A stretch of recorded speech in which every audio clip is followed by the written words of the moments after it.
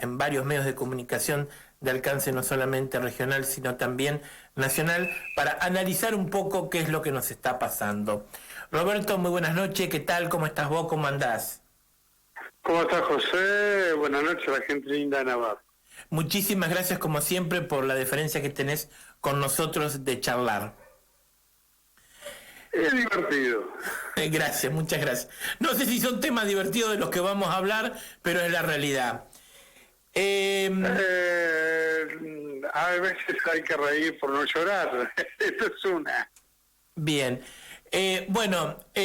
Roberto, ¿cuál es tu análisis de este tan particular momento que se está viviendo en la República Argentina post elecciones PASO? Es un momento de una grave crisis. También es una grave crisis de identidad del Frente de Todos. Gran problema del Frente de Todos es que es un grupo que va desde la extrema izquierda a la extrema derecha, con un montón de grises, o sea, va de lo blanco a lo negro y con diferentes posturas sobre un mismo tema. Y fue un golpe muy grande, se esperaba un golpe, pero no se esperaba semejante golpe. Y eso derivó en una cuestión que ya se sabía que iba a pasar, que Cristina Fernández de Kirchner,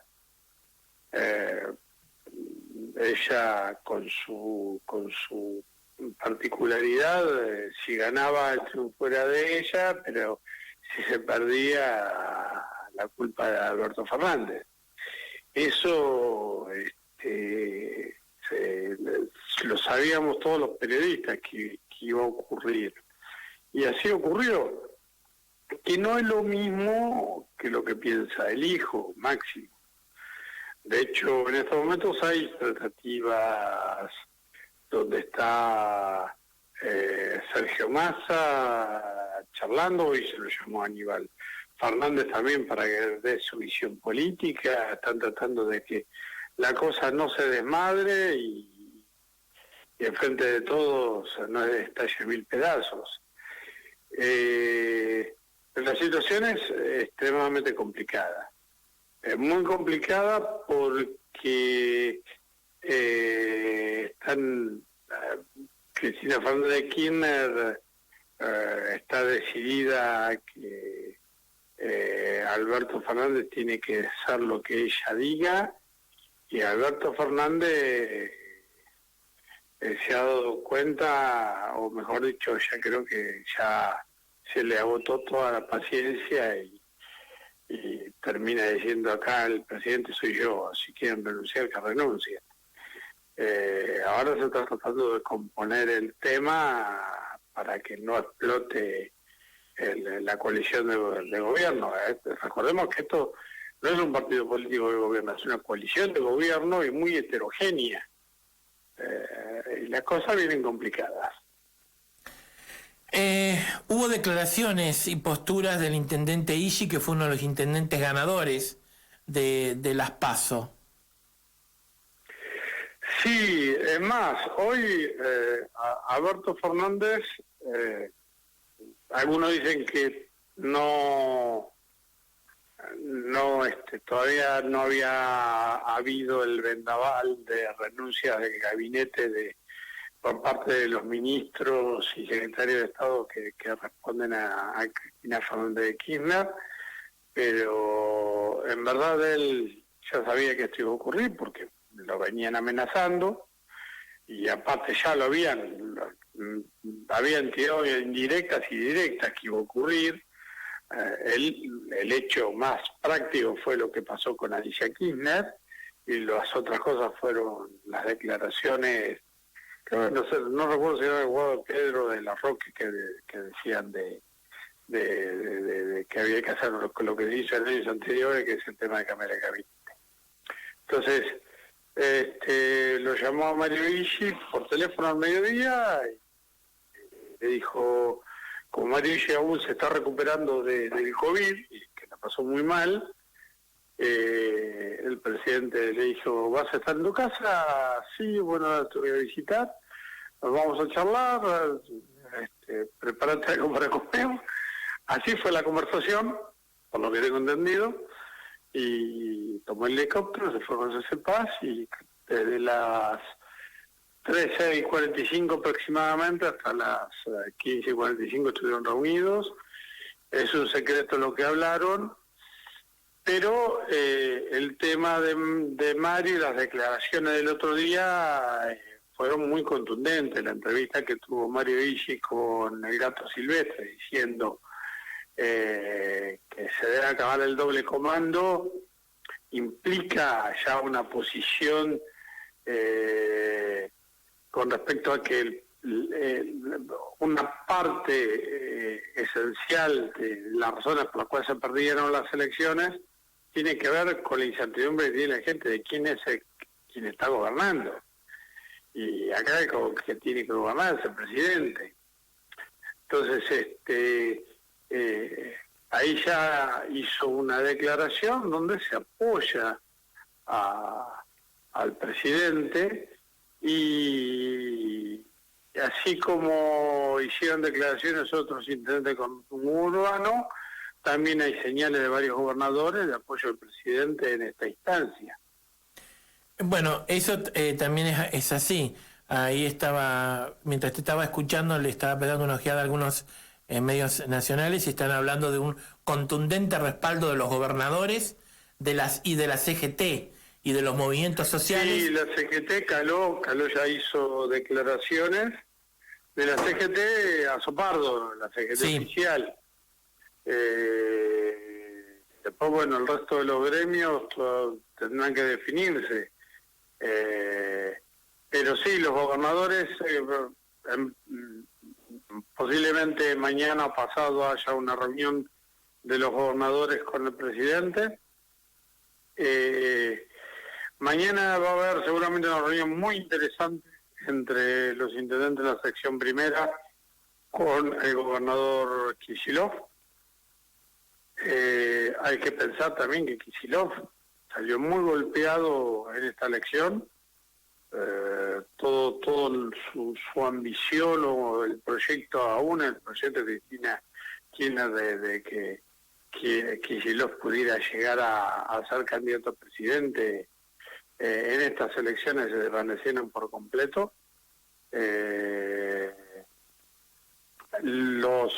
Hay que tener en cuenta también que la mayor parte de los intendentes del conurbano bonaerense no se llevan bien con Kicillof, han tenido sus ripideces, pero bueno, lo importante acá es que se están empezando a dividir las aguas en dos bandos, y hay en estos dos bandos hay halcones y palomas. Las palomas en estos momentos están tratando de definir qué hacer. A ver, cómo lograr de que esto no termine dividiéndose, porque en esto radica fundamentalmente el poder del gobierno y también de la gobernabilidad, pero tampoco se puede gobernar si tenés un doble comando. Y después hay otras cosas que yo creo que la gente debería tener en cuenta sobre la crisis que está ocurriendo. Primero, la pregunta que yo te hago, José, ¿quién tiene la lapicera? ¿Cristina Kirchner o la tiene el presidente? La lapicera que te da la función más importante pública que existe. Y por investiduras es el presidente de la República. Es el presidente de la República. Por la investidura. Claro, tiene la lapicera. Él maneja la lapicera. Él puede sacar decretos, él tiene su gente. De hecho, hubo reunión con los que no renunciaron hoy, es toda una señal de que no van a renunciar, la gente de él. Hubo un comunicado del Grupo Callao también. Hubo apoyo al presidente, hay un Twitter de Sabina Frederick al respecto, hay también otro Twitter del Grupo Callao, que es el que se maneja más con Alberto Fernández. Eso hay que tenerlo en cuenta, pero que tiene la lapicera es el presidente. Y lo que no me dio Cristina Fernández de Kirchner es que todo lo que renunciaron, muchos manejan cajas importantes, que es el tesoro de la cámpora, que es la otra gran perdedora de las elecciones. Entonces, si Alberto Fernández aceptara las renuncias, que todavía no fueron aceptadas, por lo menos hasta esta hora, y que no se sabe si van a ser aceptadas, porque esto cambia minuto a minuto, se quedan sin cajas. Y el otro que hay que tener en cuenta es que la gran perdedora de estas elecciones, Alberto Fernández no es tan el gran perdedor en los hechos, o sea, en la cuestión práctica. Políticamente sí puede ser un perdedor, pero Cristina Fernández de Kirchner es la gran perdedora desde el punto de vista de que pierde la mayoría automática en el Senado. O sea, el Senado deja de ser una escribanía y ella pierde la influencia que tenía hasta ahora. Y en Cámara de Diputados, que donde no tenía mayoría el oficialismo, es más, toma una mayor fuerza la oposición.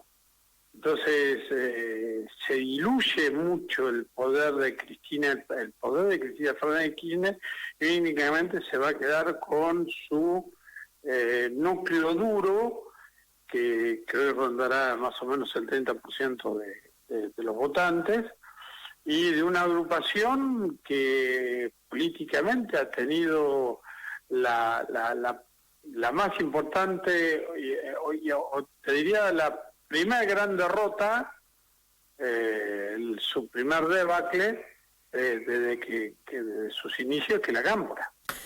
¿Qué comentario te merece esta declaración de Elisa Carrió que dice: es un clásico golpe? A ver, Elisa es una persona que tiende muchas veces a exagerar porque tiene también sus objetivos políticos. Yo no diría que es un clásico golpe, diría que es una cuestión de lucha de poder dentro de lo que es el marco del juego de la democracia. Acá existe una crisis política donde hay dos visiones distintas y donde uno trata de imponer sobre la otra su visión de lo que hay que hacer. Es como te decía hoy al principio, si la selección le ganaba al Frente de Todos, el triunfo era de Cristina, pero si la perdía, iban a ser de Alberto Fernández. Cuando en verdad uno ve que la gente... también Mario Vichy dijo algo muy interesante en la entrevista que Gato Silvestre le hizo, y me remito por qué a Mario Vichy. Mario Vichy es una persona que se considera que no tiene jefe político. Su último jefe político fue Néstor Kirchner. Hoy actualmente se maneja muy independientemente.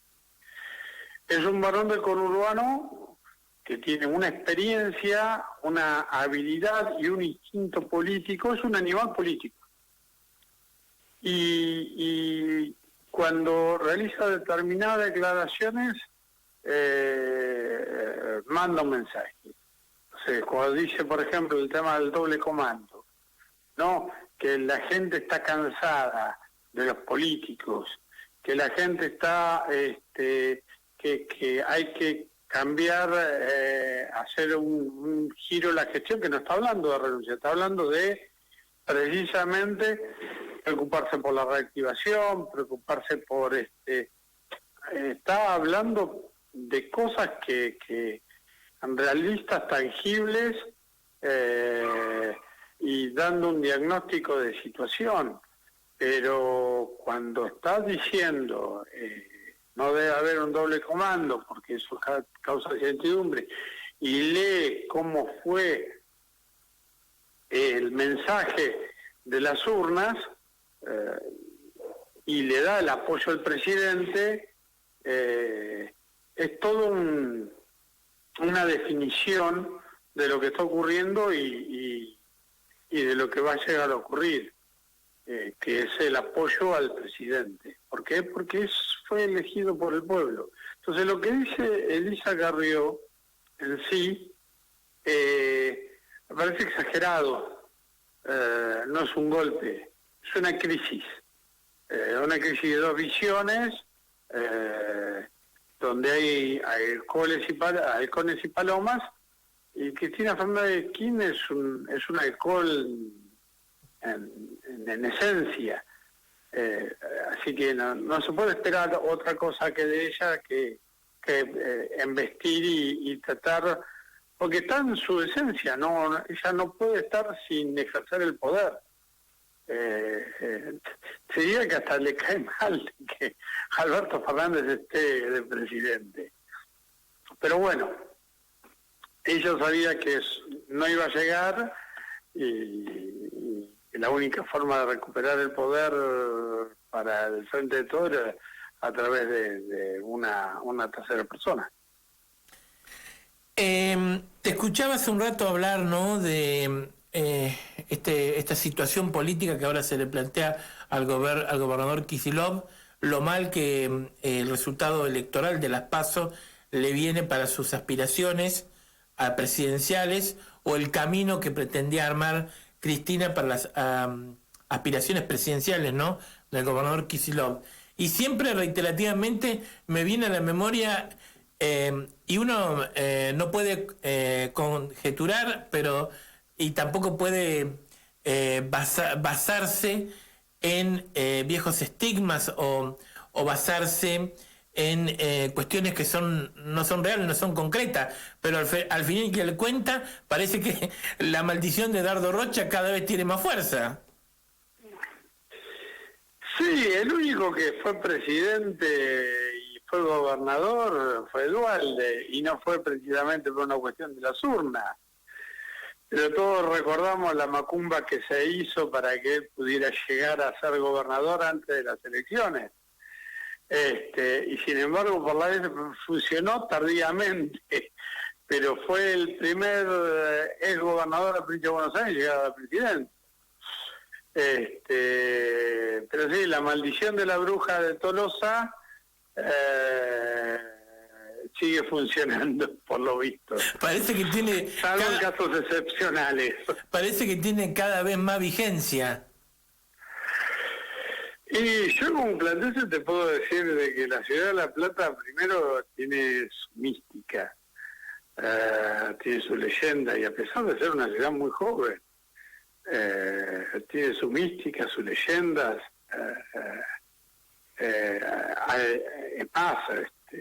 su historia política, sus hijos políticos, sus hijos científicos, sus hijos poetas, sus hijos artistas. La ciudad de La Plata es una de las ciudades con un gran movimiento universitario, cultural, político, y sin embargo hay mucha gente que no sabe que es la capital del primer estado argentino. Exactamente. Fuera de la provincia de Buenos Aires. Uno sabe que Córdoba es la capital de Córdoba, uno sabe que Paraná es la capital de Entre Ríos, o que Viedma es la capital de Río Negro, pero en el nombre de La Plata algunos piensan que Buenos Aires es la capital de la provincia de Buenos Aires. Sí, exactamente. Sí. Pero es divertido, yo me divierto mucho cuando hablan de las leyendas. Leyendas, mitos.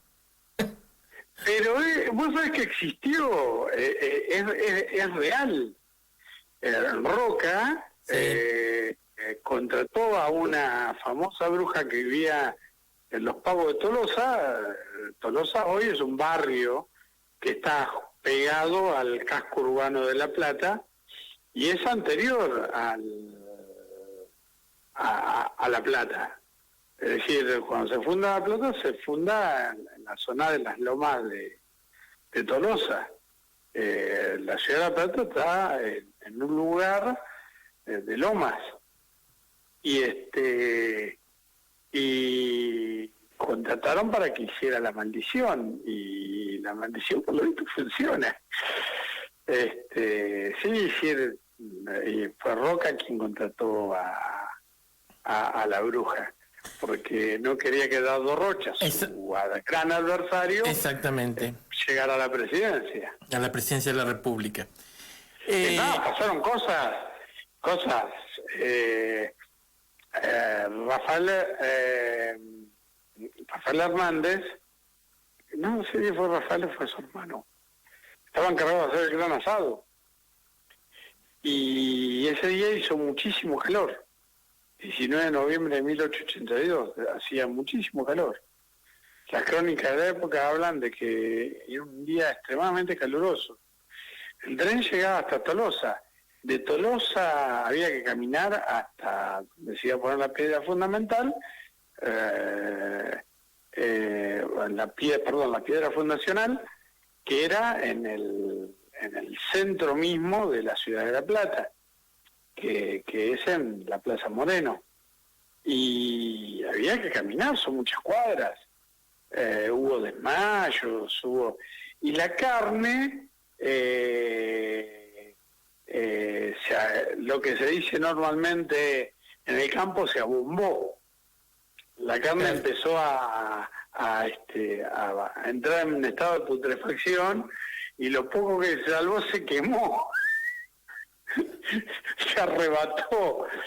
Así que ni siquiera asado hubo.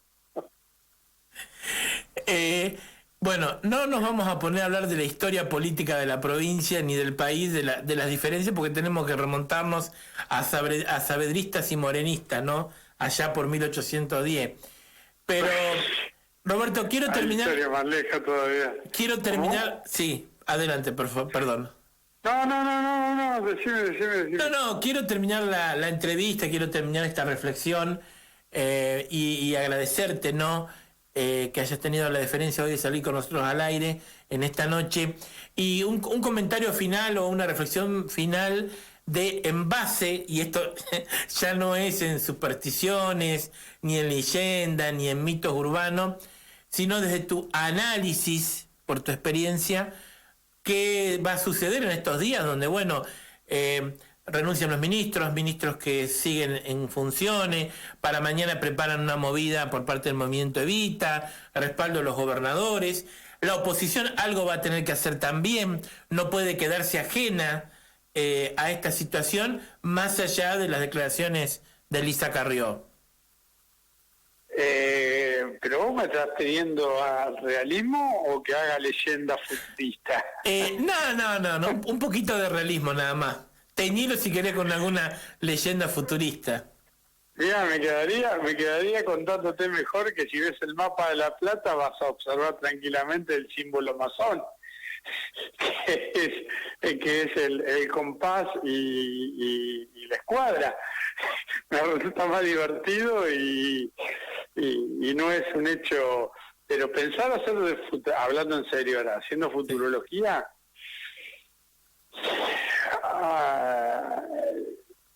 yo creo que todo depende de lo que Máximo charle con la madre. Ahora, en estos momentos, lo que Máximo charle con la madre. Hoy el destino de lo que puede ocurrir institucionalmente, a Alberto Fernández le quedan dos caminos. O rompe, suponiendo que no haya ningún tipo de arreglo, nada, o rompe o renuncia. Son las dos cosas que le quedan. Ya dio señales de que renunciar no va a renunciar. Entonces estamos a la puerta de una gran crisis. Ahora, hay algo que se está viendo y que me remonto al 2001,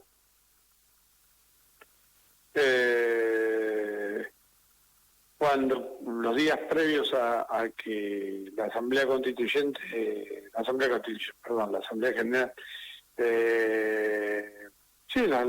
la Asamblea Legislativa lo ungiera como presidente a Eduardo Duhalde, Sí. que fue el tema del apoyo de los gobernadores. Yo creo que Eduardo Duhalde ha estado hablando con Alberto Fernández, aunque se habían distanciado. No creo que esto sea lo que esté ocurriendo, no haya estado previsto. Considero que las señales ya están dadas. Alberto se quiere quedar con la presidencia y si tiene que romper, va a romper. Ahora, esto va a traer un costo político muy grande. Es una crisis que considero que es mucho más grave que la que ocurrió después de que renunciara Chacho Álvarez a la vicepresidencia. Sí, creo que no se ha tomado dimensión todavía, ¿no?, de la crisis. ¿Cómo? Que creo que me da la impresión de que no se ha tomado dimensión de la crisis que estamos atravesando. No, porque nadie se la imaginó. La imaginaron los protagonistas. Yo la imaginaba. Los periodistas también, los que más o menos estamos a la cocina, los que tenemos contacto, sí, sabíamos que en algún momento iba a pasar. No sabíamos, mejor dicho, sí sabíamos que iba a ser en las elecciones de medio término. Acá hubo, yo te diría que en estos momentos creo que el electorado se olvidaría hasta de las fotos y los videos de cumpleaños de Fabiola si Alberto Fernández dijera soy el presidente y bueno, soy el presidente y tengo yo la lapicera. Mi sensación es que la derrota del oficialismo fue una multiplicidad de cuestiones, ¿no? Primero, fundamental, fueron muchas causas múltiples. el tema de la falta de dinero en el bolsillo, el tema de las fotos, el tema de la cuarentena, la pandemia, las formas de algunos dirigentes de ejercer el poder. Todo eso es una sumatoria. Ahora, coincido con vos en que si el presidente de la República demuestra fortaleza y decisión, creo que el cantar puede ser otro. Creo que la gente le va a perdonar el tema de cumpleaños. Sí. Porque, a ver, hay cuestiones que uno sabe que hay algo peor que ese cumpleaños, que es el tema de el marcar determinada agenda que tenía más que ver con los intereses personales de la vicepresidenta que los intereses de los argentinos. Eso es algo que empezó a cansar a la gente, aparte del tema del bolsillo, que el tema de querer cambiar a un ministro de Economía en medio de las negociaciones con el Fondo Monetario Internacional parece una locura. Las declaraciones bueno, hay que tener en cuenta dos hechos contundentes. Cuando se perdió las PASO en el 2019, perdió las PASOs el Frente de Todos, Juntos por el Cambio, cayeron los mercados, subió el riesgo país, la tasa se fue a las nubes, el dólar empezó a presionar, desde el Banco Central empezaron a ordenarse más divisas. Ahora que pierde frente de todo, pasa todo lo contrario. Y hoy ahora que está en esta crisis que crea determinada incertidumbre, de nuevo se bajan los mercados, es decir, hay señales económicas en ese sentido, que son síntomas que hay que tener en cuenta. Pero lo que vos decís es real. la gente todavía no ha tomado dimensión de la gravedad de esta crisis. No ha tomado dimensión de la gravedad de esta crisis y de los personajes que son los protagonistas de esta crisis. Hay cuestiones que es múltiple. El avance de la cámpora, el tema de que no te llega al bolsillo, el tema de que eso de que, a ver, escuchar, se ganan las elecciones poniéndole dinero en el bolsillo a la gente. El problema no es ese, el problema es la inflación. Es decir, cualquiera que está en clase media, hoy ya dejó de estar en clase media. Pobre. Somos una clase media que dejó de ser clase media para pasar a ser clase baja. Y eso está más del 50% de la población. Y lo que antes te alcanzaba, no sé, yo recuerdo hace unos años atrás, pagaba la tarjeta de crédito, pagaba no sé, la cuota del colegio, pagaba la obra social, pagaba la prepaga, y hoy yo no llego a fin de mes apenas para comer y voy pijoteando por todos lados y vos te das cuenta que tu poder adquisitivo bárbaro, te lo mandan, pero después la inflación te lo come inmediatamente. Antes un litro de leche vos lo comprabas hasta hace unos meses atrás, 42 pesos, hoy ya está 100. Entonces, hay cuestiones que también, y cuando vos ves que no se lucha contra la inflación, no hay un plan económico, porque no hay un plan económico no porque no se quiere un plan económico, sino porque no se han puesto de acuerdo en hacer un plan económico dentro del gobierno. Y una vez que si hubiera un plan económico, tenés que consensuarlo con la oposición también, para que tenga un sustento político y credibilidad, y que sepamos que tengamos un horizonte, por lo menos un rumbo, unas coordenadas marcadas en el GPS a dónde llegar. Pero acá ni siquiera el gobierno se pone de acuerdo para hacer un plan económico, porque tienen visiones diferentes sobre un mismo problema, de cómo resolverlo. Yo creo que es una crisis muy embromada, pero que algo bueno tiene que salir, que era esperable y es esperable que sea ahora, no después dentro de 2 meses, después de las próximas elecciones. Yo creo que la cosa se tiene que dirimir en esta semana, en estos días, y blanquear la situación. Roberto, muchísimas gracias por tu tiempo, como siempre. Muchas gracias. No, gracias a vos, José, y como siempre, un placer. Saludos a toda la gente de Navarra. Gracias, muchas gracias. Chau. Chau, hasta luego. Chau, muchas gracias. Bueno, así pasaba en esta